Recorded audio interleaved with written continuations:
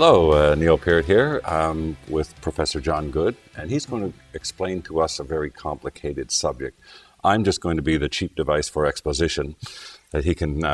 I'm the student, as I always like to say here at Drum Workshop. I'm the student in residence, always glad to learn from all the great drummers that come through and from John about the nuances of drum construction and everything that that covers, and as we've applied it between the two of us in instruments, and as John is going to make available to all drummers, a truly individual choice in each shell and its note and response that you can combine together as you wish, really, in the creation of your own custom DW drum set.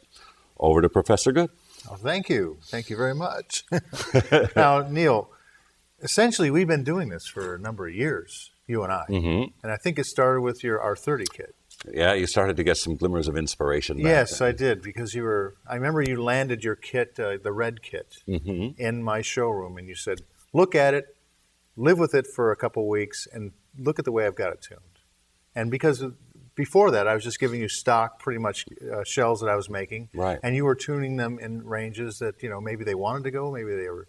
Or that pleased me, yeah. There are various needs that you have. And from my upper to lower toms is a perfect example of that chromatic spread, that the upper ones I actually like to be very bright and tonal and tune them really tight.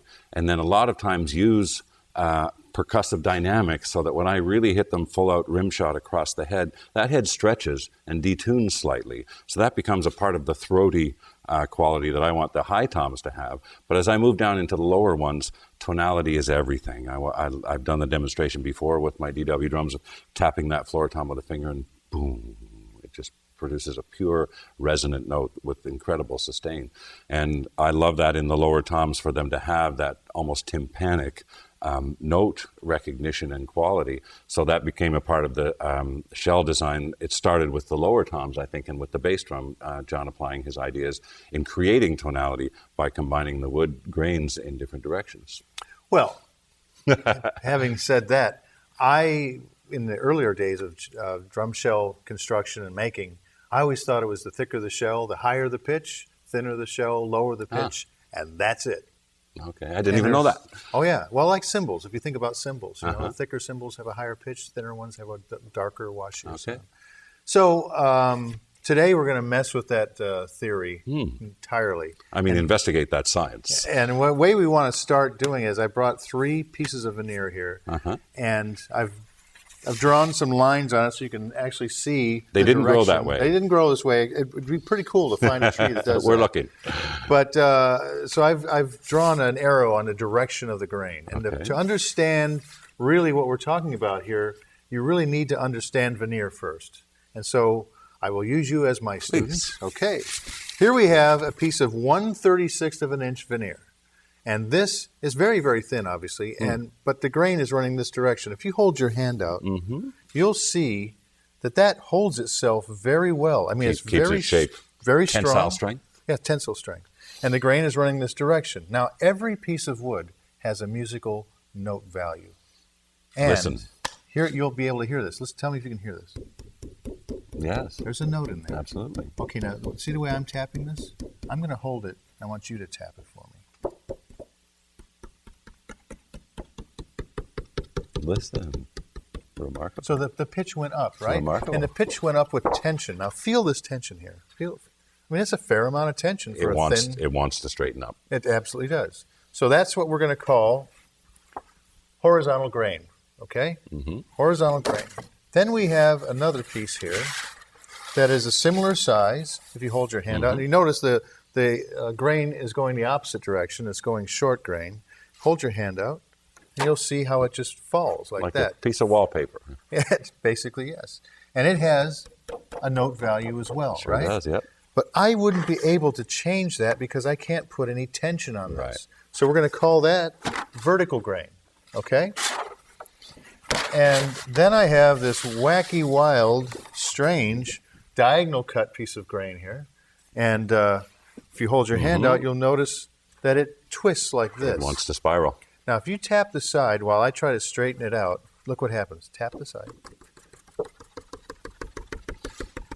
It seems to me even an exaggerated A raising of the pitch. It's raising the pitch, but it's getting its tension from a whole different place. So we're going to call that diagonal grain, right? What does all this mean? How can we use it? How can we use it? When we hit things with a stick. I have 5 drum shells here. And the first shell is the shells that I love that I've made for many, many years. This is a horizontal grain on the outside, horizontal on the inside, cross-laminated in between.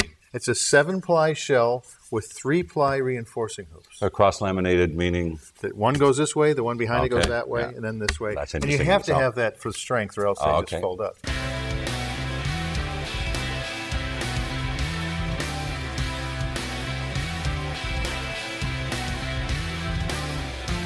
All right. Okay, so that's a 7 and 3, 3-ply hoop, right? Then I have my next shell right here is the same shell, 7-ply shell, cross-laminated, but I've taken the hoops away. So the pitch from that shell to this one will go up or down. It should go down because we've taken mass away. And tension affected? Well, a little bit because of the tension of the hoop as well. Yeah, very good.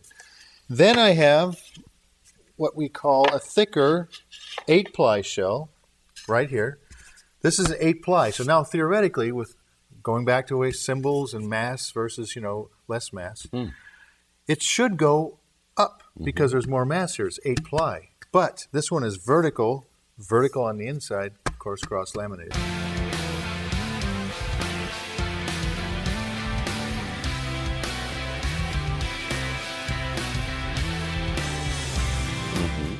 And then we have...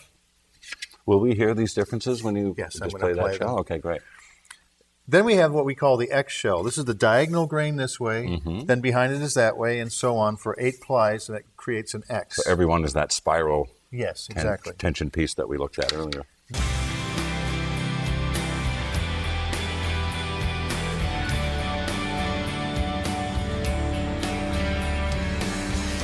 Then we have the newest of them all, until next week, I'm sure. Ta-da. This is an X shell as well, but I've inserted 2 vertical plies in here. And let's see what that does, because vertical is going to be the lowest, horizontal is the highest, and that falls in somewhere in between. Right.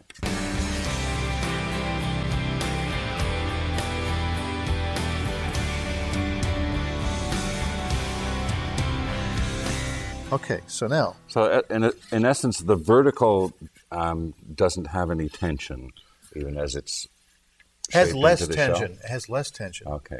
That particular 1 ply. By the time you bend those around, then they pick up some tension. Exactly. Okay, because they want, again, to straighten out. Correct. Right. So here is that first shell, a 7-ply shell, 3-ply hoop. Listen to it. Okay. It's a beautiful sound. It is beautiful. No one can hit a shell like that, by the way. I had tried. That's why I wouldn't even try to do this demonstration. But John does this with all these shells and just has the perfect stroke. And here's the one without the hoops. We predicted it would go down. Oh, yeah. Again, beautiful sound. Isn't that beautiful? Yeah. Then we have the thicker 8-ply shell.